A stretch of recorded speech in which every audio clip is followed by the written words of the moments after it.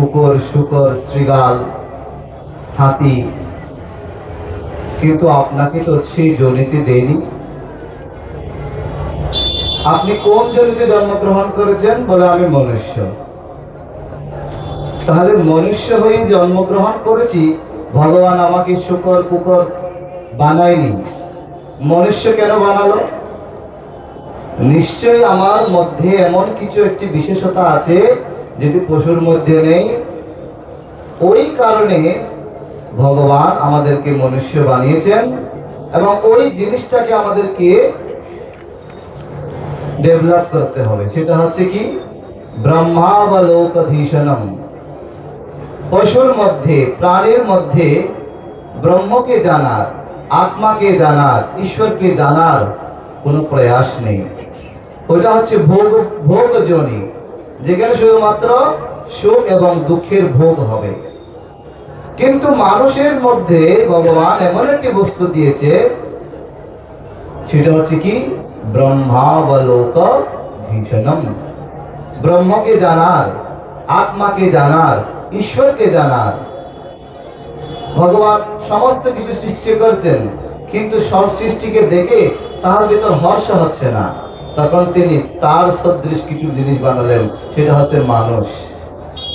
মানুষের মধ্যে এই ব্রহ্মাবলোকধীশনমটা দিয়ে দিয়েছেন।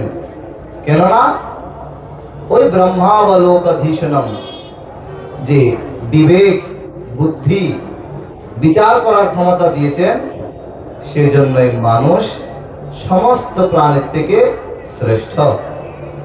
এই জন্য আমাদের শাস্ত্রে বলছেন, মনুষ্য সদৃশম জন্ম কুত্রাপি না বিদ্যতে। দেবতা পিতরঃ অপি বাঞ্ছিত মনুষ্য জন্ম। দেবতাগণও মনুষ্য হতে চাই। আপনারা বলবেন দেবতা তো শ্রেষ্ঠ জনি, তারা কেন মানুষ হতে চাইবে? বলে দেবতার জনিও ভোগজনী, পশু আদি জনিও ভোগজনী, একমাত্র মনুষ্য জনি এমন একটি জনি যেটার দ্বারা ভোগ হয় আবার মোক্ষ হয়। তো ভোগ পথে থাকলে কি হবে?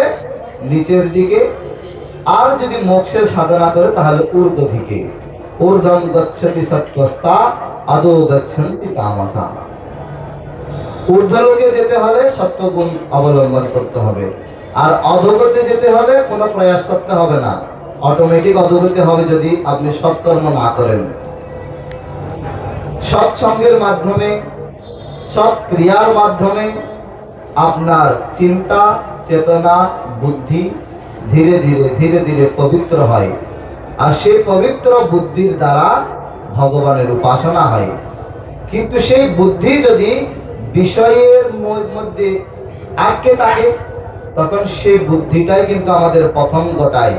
এই জন্য ভগবান গীতার মধ্যে বলে দিয়েছেন, ঊর্ধ্বরে আত্মনাত্মানং নাত্মানং অবসাদয়েৎ আত্মৈব হ্যাত্মনো বন্ধু আত্মৈব রিপুরাত্মন বন্ধুরাত্মাত্মনস্তস্য येनात्मैवात्मना जित अनात्मनस्तु शत्रुत्वे वर्तेतात्मैव शत्रुवत्। ঊর্ধ্বরেত আত্মনাত্মানং। হে জীব, তুমি তোমার শুদ্ধ বুদ্ধির দ্বারা তোমার এই আত্মাকে মানে বুদ্ধিকে তুমি নির্মল করো। শুদ্ধ মন দ্বারা, বিবেক দ্বারা তুমি তোমার উদ্ধারের রাস্তা তৈরি করো। ঊর্ধ্বরেত আত্মনাত্মানং নাত্মানং অবসাদয়েৎ। তুমি তোমার আত্মার পতন ঘটাইও না। আত্মার পতন কি? এই আত্মা যে জীবাত্মা, এই জীবাত্মা যদি কোনো কুকুর, শূকর, পশুর যোনিতে গমন করে, সেটাই হচ্ছে আত্মার অধোগতি। আপনি কত সুন্দর রুমে থাকেন, 3 বেলা খাবার খান, তা আপনার কিন্তু ওই দুঃখটা বোঝা যায় না। জন্ম দুঃখ, জরা দুঃখ এগুলো তো আছেই, কিন্তু সার্ভাইভ করার জন্য যে দুঃখ, ওই দুঃখটা হয়তো অনেকেই কম পান। কিন্তু একটি কুকুর, শূকর ইত্যাদি যে যোনিতে যারা আছে, তাদের দিকে একবার দৃষ্টি দিয়ে দেখুন। ঠান্ডায় তারা কাঁপে, গ্রীষ্মে তারা শুকিয়ে যায়, কিন্তু আপনি আপনার নিজের জন্য ব্যবস্থা করতে সক্ষম। কেননা আপনার মধ্যে সেই বিবেক রয়েছে, বুদ্ধি রয়েছে, যেটি ভগবান দিয়েছে ঈশ্বরকে জানার জন্য, কিন্তু আমরা সেই বুদ্ধিকে বিষয়ের দিকে লাগিয়ে দিচ্ছি। এভাবে জীবনটা বিষয়ের দিকে যেতে যেতে একদিন দেখবে হঠাৎ করে আপনার ভিতর উদয় হবে, জীবনের তো 60 বছর হয়ে গেল, 70 বছর হয়ে গেল, 80 বছর হয়ে গেল, মৃত্যুর সময় এসে গেল। এবার কি সারা জীবন আমি পেলাম, আর অন্তিম মুহূর্তে এসে জীবনের পিছের দিকে যদি আমি তাকেই দেখি, দেখবেন কিছুই তো আমার জীবনে হলো না। তো যম যখন আসে, সে যম যখন আসে নেয়ার জন্য ওই প্রাণীকে, তখন সে চিৎকার করে, আমাকে একটা সেকেন্ড সময় দিন, তোকে সারা জীবন সময় দিলাম, 60 বছর দিলাম, 70 বছর দিলাম, 1 সেকেন্ড নিয়ে করবে কি, 1 মিনিট নিয়ে করবে কি, 10 মিনিট নিয়ে করবে কি? তাহলে বুঝতে পারছেন যে মৃত্যুগত যাত্রী, সে যদি 10টা মিনিটও জন্মাদের কাছে চায়, দিবে? উত্তর, যদি 10 মিনিট চান, দেবে? 10 সেকেন্ডও দেবে না, 10 মিলি সেকেন্ডও দেবে না। আসবে, ওটা ভাই চলো। তাহলে এখন আপনার কাছে 10 মিনিট আছে কিনা, আধা ঘন্টা আছে কিনা? আছে?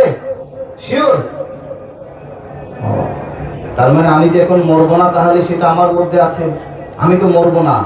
কখন যে মৃত্যু এসে নিয়ে যাবে সেটা আমরা কেউ জানি না। তো যদি আমাদের হাতে সময় থাকা সত্ত্বেও যদি আমরা সৎ সংকল্প গ্রহণ না করি, শুভ বুদ্ধি আমাদের না জাগে, আজকে থেকে আমি ধর্মপথে চলবো, এই বুদ্ধি যদি না থাকে, তাহলে অন্তিম সময়ে কি ভগবান ওই যমরাজকে বলবেন, আমাকে 10টা মিনিট সময় দেন, একটু ভগবানের নাম করি? তুই 70 জীবন কি করেছিস? 80 বছর জীবন কি করেছ? তুমি কি তোমার বুদ্ধিকে শুদ্ধ করতে পারোনি? তুমি কি তোমার বুদ্ধিকে ভগবানমুখী করতে পারোনি? এই প্রশ্নের উত্তর আছে কি? তো যারা আহার শুদ্ধির বিষয়ে, অন্তঃকরণ শুদ্ধির বিষয়ে এখনো পরিচয় প্রাপ্ত হননি, তারা সৎসঙ্গ করুন, গুরু সঙ্গ করুন, গীতা সঙ্গ করুন, দেখবেন আপনার বুদ্ধি ধীরে ধীরে শুদ্ধ হবে, এবং সেই শুদ্ধ হৃদয়ে শুদ্ধ সংস্কার জাগবে। তখনই আপনার মধ্যে ধর্ম করার একটি প্রয়াস জাগবে, আর মনুষ্য জীবনের সার্থকতা তখনই। বিশেষ কিছু বলবো না, সময় হয়ে গিয়েছে। আমাদের এবারের পর্বে রয়েছে গীতা তত্ত্ব আলোচনা। গুরুদেবের এই প্রতিনিয়ত যে গীতা তত্ত্বগুলো আপনাদেরকে শ্রবণ করাচ্ছেন, এই তত্ত্বগুলোকে নিজের জীবনে অবধারণ করে নিজেকে মোক্ষ মার্গের প্রতি আপনারা নিয়ে যাবেন, এটাই আপনাদের কাছে আমার বিনীত প্রার্থনা। এখন আমি পূজ্য গুরুদেবের শ্রীচরণে প্রার্থনা জানাই তাহার গীতার বাণী আমাদেরকে শ্রবণ করানোর জন্য। ওম তৎসৎ, ওম তৎসৎ, ওম তৎসৎ।